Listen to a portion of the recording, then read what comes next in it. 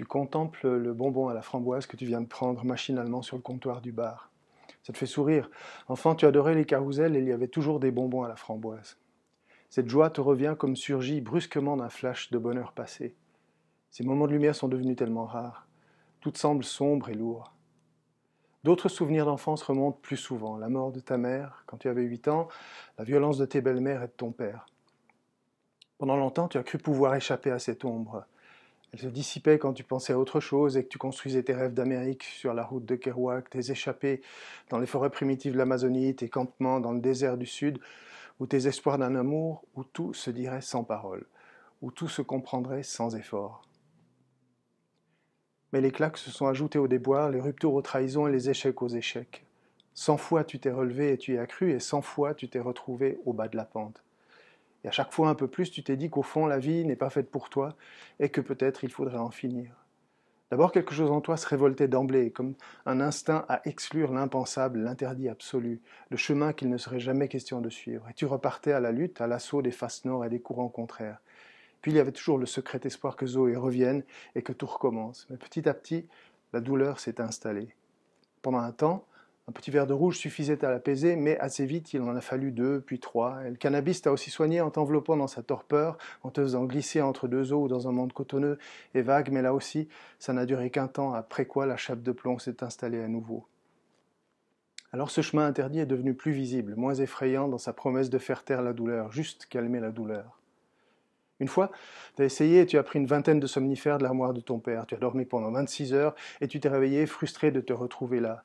Tu n'en as parlé à personne. Tu ne vas quand même pas passer pour un faible et pleurnicher. Certains, comme Zoé, semblaient vouloir voir ta tristesse et voulaient t'aider. Tu ne voulais pas les emmener dans ta cave et leur raconter cette douleur qui te fait honte, ni ce chemin qui ne doit pas exister mais qui t'attirait de plus en plus. Et chaque fois que tu t'es ouvert, tu les as fait fuir, comme Zoé. Alors, au fur et à mesure, tu as l'impression que les lueurs d'espoir qui te tenaient en vie sont progressivement éteintes. Tu as commencé à réfléchir à comment faire taire cette douleur.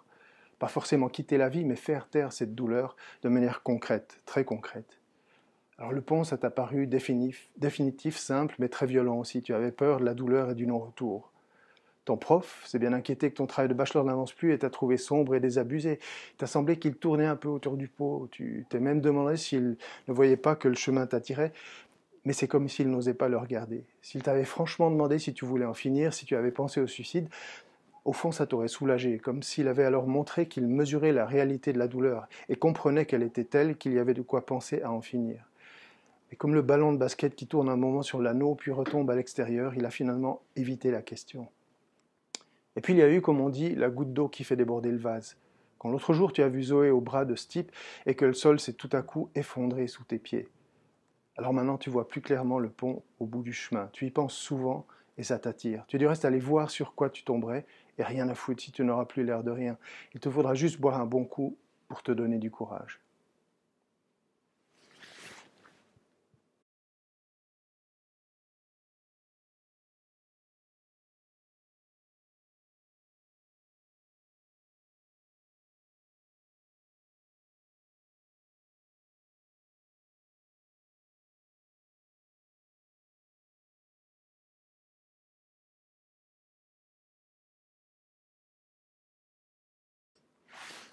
Hier soir, au détour de quelques bières, un de tes potes, qui avait vu que tu broyais du noir, t'a parlé du stress des examens et de son passage à vide il y a un an. Il était alors allé à la consultation pour étudiants de l'UNIL.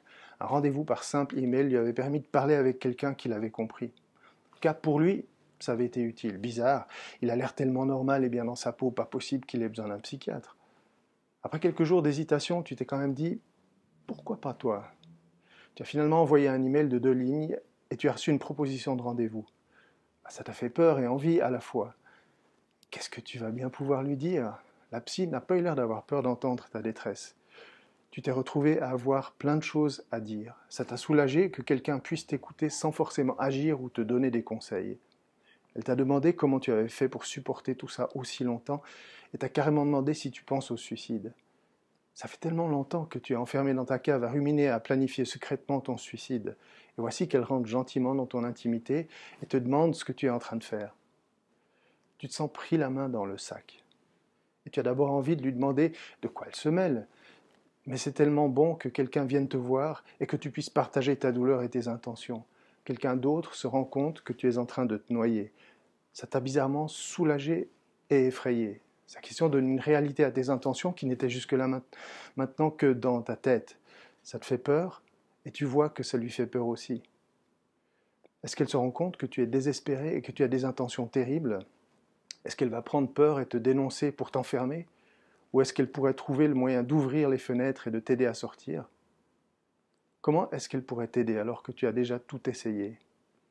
Elle te dit que ton désespoir t'a rendu malade et te rend aujourd'hui à risque de suicide. Pourtant, tu n'es pas fou. Tu aimerais bien poser ton sac, oublier tes soucis pendant un moment, mais tu ne sais pas si ça va servir à grand-chose. Tout le monde t'a tourné le dos, Zoé t'a dit qu'elle n'en pouvait plus et qu'elle ne voulait plus te voir. Tu ne vois plus ton père depuis 6 mois et tu ne comptes plus sur personne. Tout seul, tu ne vas pas tenir le coup. En même temps, tu n'as pas confiance. Du coup, tu te redresses sur ton siège presque prêt à partir. Ok, pour parler un peu, si ça a pu aider Johan, après les examens, mais là, tu voyais tout de suite venir les grands moyens. Tu n'es pas fou, pas question qu'on te materne ou qu'on te soigne, qu'on t'enferme. T'es pas un malade quand même. Elle t'a regardé droit dans les yeux en te disant quelque chose comme tu vas mourir si on te laisse comme ça, il faut te mettre à l'abri. Cette décision ne t'a pas plu, mais ça t'a soulagé que quelqu'un la prenne à ta place. Toi, tu es trop partagé entre l'envie de vivre et celle de mourir. Alors depuis quelques jours, tu es à l'hôpital, soulagé au fond de te sentir en sécurité. Il y a bien 2 ou 3 patients un peu bizarres, mais tu as pu balancer ce sac de 100 kilos que tu portes depuis tant de mois et te laisser aller seulement pour un moment et relâcher la pression. On te dit que c'est grave, que tu as vraiment besoin d'aide. Au moins, tu n'es plus tout seul à le savoir.